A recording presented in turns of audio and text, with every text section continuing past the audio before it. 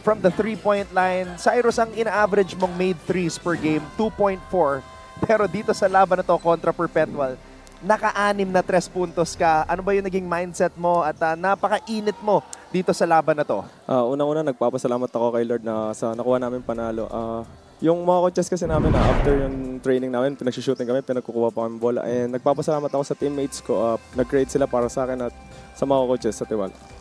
Ayun, good game for you, bro. Ayun nga, as you said, 21.6 of 8. And actually, number 2 ka sa 3-point made this season. So, curious na ako sa naging difference ng role mo kasi for sure this season, mas tumaas yung value mo sa team. So, ano yung naging difference from last season to this season pagdating sa naging role mo sa team? Ngayon, mas kong maging leader ngayong season. Mga veterans kami na natira.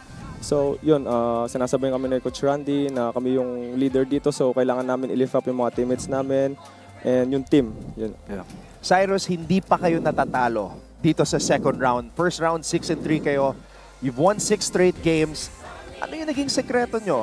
Ano ba yung pinag-usapan nyo bago magsimula yung second round at napakaganda ng pinapakita nyo so far?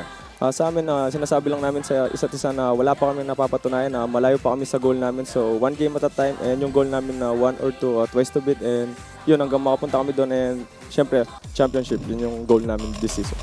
Tsaka syempre bro, tanong ko lang gano'ng ka-importante itong panalo na to. Lalo na syempre next game nyo against the number 1 team, Benil. And 1 day lang yata yung preparation nyo. I think next game nyo Friday. So medyo maliit lang yung break nyo. So gano'ng ka-importante itong panalo na to sa inyo? Big game to para sa amin para makakuha ng confidence lalo na sa top 1 team. So magandang laban yun and prepare kami ng sobra.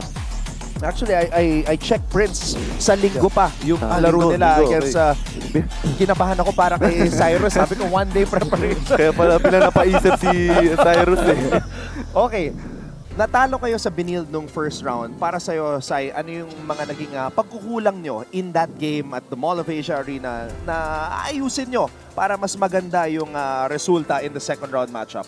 Sa amin yung endgame namin, breaks of the game ng endgame and yung execution namin tsaka yung defense namin hanggang dulo dapat matibay at malino. Okay.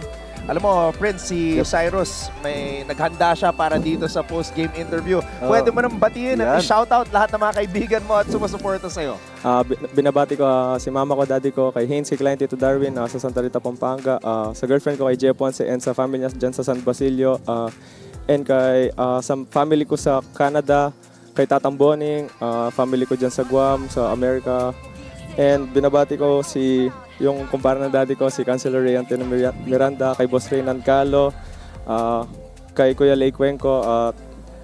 Nagpapasalamat kami kay Engineer Dong Gonzales and family of Pampanga, Engineer Mon Ariola, Boss Aris Alvarez, Engineer Jaime Cruz, Boss Teddy Javines, Nanay Glessy, Mapua Global, Ma'am Almatan, Ma'am Arma Sandoval and One United Mapua at sa Mapua Treasury and sa lahat ng sumusuporta sa Mapua Community and mga alumni. Nagpapasalamat sa inyo lahat. Yeah, well-deserved. Cyrus Cuenco, 21 points today, 6 out of 8 from beyond the arc. Get your well-deserved rest and we'll see you Sunday sa laban nyo kontra Benilde. Alright, ngayon naman punta natin si Erin T. Nakasama si Chris Obilla.